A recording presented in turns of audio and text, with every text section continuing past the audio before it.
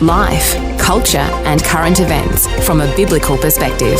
2020 with Neil Johnson on Vision. As you will be aware, the COVID-19 pandemic saw our national borders closed for an extended period. So significant were the consequences of that there are predictions that the long-term impact of changing migration numbers will be difficult to recover. Well, Premier Social Researcher Mark McCrindle, the founder of McCrindle Research, is back with us to talk some migration issues. Mark, a special welcome back to 2020. Thanks, Neil. Great to be with you. Mark, it's not just the fruit-picking industry with backpacker workers, but lots of areas of our economy suffer when borders closed and there's less numbers of people migrating here. Well, exactly right. And we really were geared up for migration as part of the growth strategy for Australia, not just population, but it was the backbone of our education exports in terms of particularly university students from overseas, tourism, travel, and of course the skilled visa holders were the number one category, and all of that has been impaired. And of course there's a strong link between population growth and economic growth, and 2/3 of our growth has been coming over the last decade or so from overseas migration, the other third from natural increase. And so suddenly to have closed borders for 2 years and bring all of that to a screeching halt, it did have some impact. We had an economy that was geared up for around 230,000 net increase through migration per year, and clearly we've lost most of that for 2 years in a row. The interruption that happens with closing borders, the lack of workers affecting business and especially, as I understand it, the food industry, restaurants and cafes, they've been hit very, very hard. But universities and higher education institutions, there's a lot of effects in those migration numbers.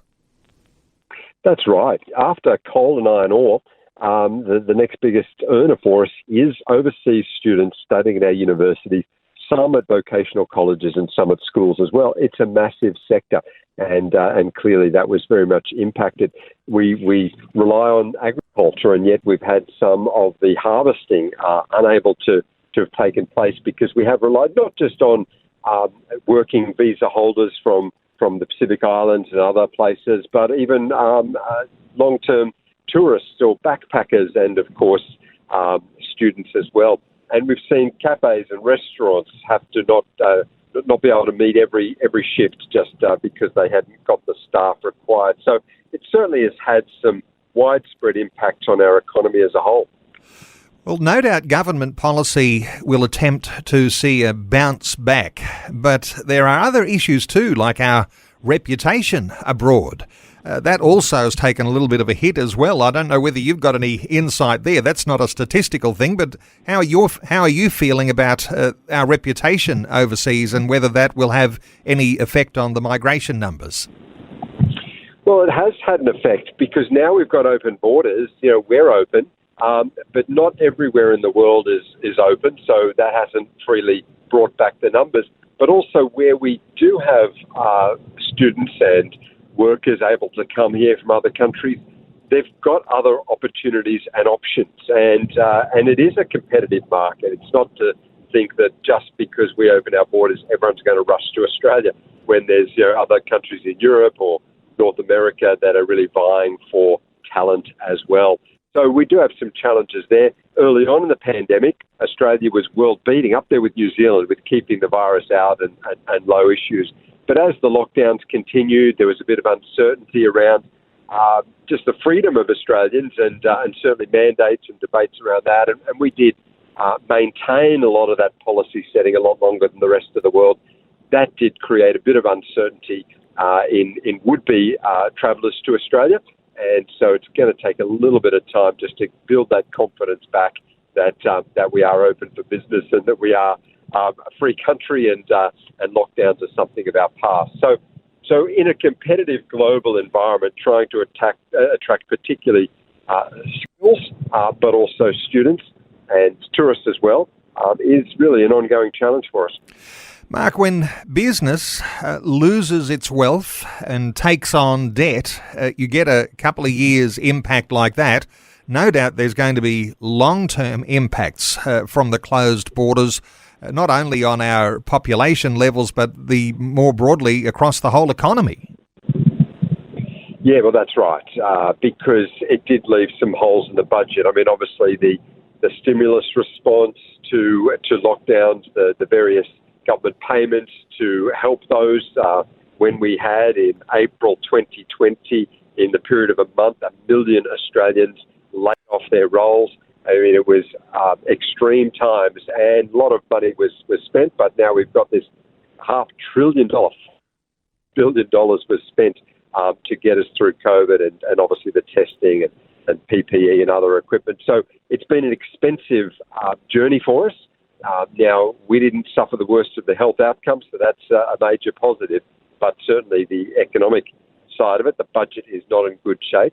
And I think just even getting back to how we knew things, where there was a labour supply, where we had the ability to fill those gaps in our teams as they emerged. You know, we're just in unusual times there. The unemployment rate, even though things are economically uncertain, it's moved from 4%, now it's got a 3 in front of it, just highlighting that we pretty much have full employment.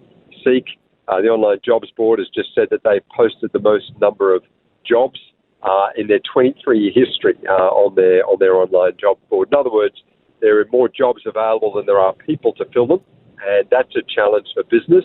It's leading to rising costs, obviously labour costs and just general costs in business. That's driving prices up. We're seeing inflation, and so there are a lot of challenges for businesses at the moment, some of which has flowed on from COVID and from just the uncertainties of closed borders, some other related factors as well.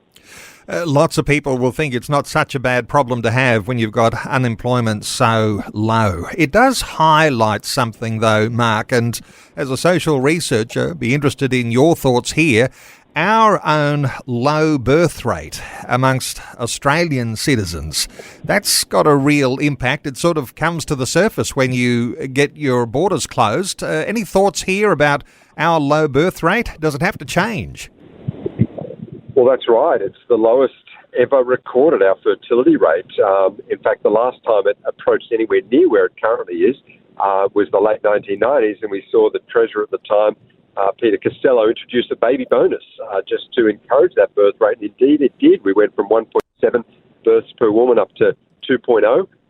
And so that's really replacement rates, you know, where the couple are creating 2 children out of that union to replace themselves. Well, we're a long way below that and edging closer to 1.5 now. So you know, that means that we're not going to grow our population, let alone even replace it through natural increase. That's why some level of migration is useful. Now, we don't want migration so red hot that we're leading to price increases, property price, you're really meaning locals can't get a foothold, and indeed, you know, infrastructure, queues and traffic not keeping up with the infrastructure. So we've got to make sure that we get the balance with that, and some level of growth, sustainable population growth is helpful, and we're not quite hitting that, but nor do we want to get back to super fast growth, because that leads to its own problems.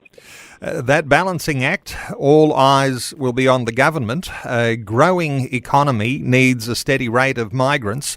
What do you think it will mean for the nation's needs, perhaps short and long term? Because if there's a lack now, is that it's always possible, I guess, to overbalance and have too many.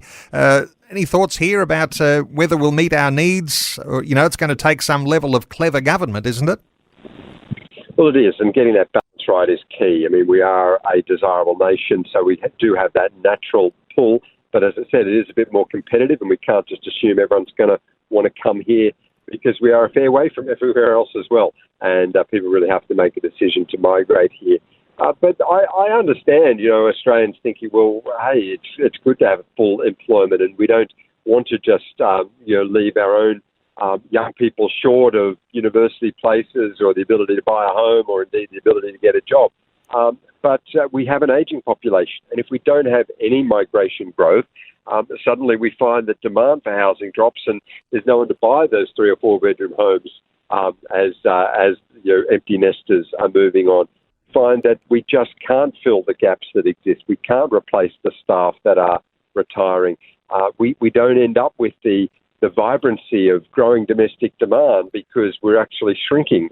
And there are countries like Japan and some in Western Europe that have faced that sort of slow growth. So we definitely need to get the balance right. But if we do, it leads to economic benefits, sustainability of momentum, and it means we can plan for the growth and therefore make the lifestyle not get outpaced by the growth. And another dimension, as a social researcher, I know you're interested in, when you've got changing migration numbers, you've also got changing culture because people bring their culture to our Australian shores, changing religious culture, all sorts of things that do get changed, and balance looks different every time there's a census. This sort of thing affects the way all of Australia looks. It does. But, our whole history of growth since settlement, since arrivals of Europeans has been very diverse. And whether it originally was the Irish Catholics and Protestants, English, whether it be the waves of migration we've seen over a century since then, we certainly have into our national DNA cultural diversity. And we have been a very harmonious society. We've been enriched through a lot of that. I'm sure we love going out and seeing the culinary riches that are available to us, and that we get a decent coffee, which the Southern Europeans brought to Australia in the 1950s, or just the diversity of the different cultures and festivals that make Australia what it is. And that's been our history. There is an Australian way that does seem to include and connect and really have arrivals adopt the Australian way of life in a positive way. And as long as we can maintain that, so that we do have a commonality, we do have a shared value system and a shared aspiration for the future, that's migration at its best. And we've modelled that over some decades. And if that can continue, it does mean that the migration pattern can work. Well, there's been some change, all sorts of upsets. COVID has made a difference, and one of those things is going to mean that by 2031, Australia's expected to be 1.1 to 1.4 million people, smaller than the pre-COVID-19 estimate of 30 million people. So there are dramatic things there. That's more than 1 million people shorter than the original estimates. Has this sort of thing happened in our history before, Mark? No, in fact, it's been the opposite, Neil. Normally what happens every few years is that those forecasts of population have to be upgraded because we underdid it, and the growth was ahead of the models.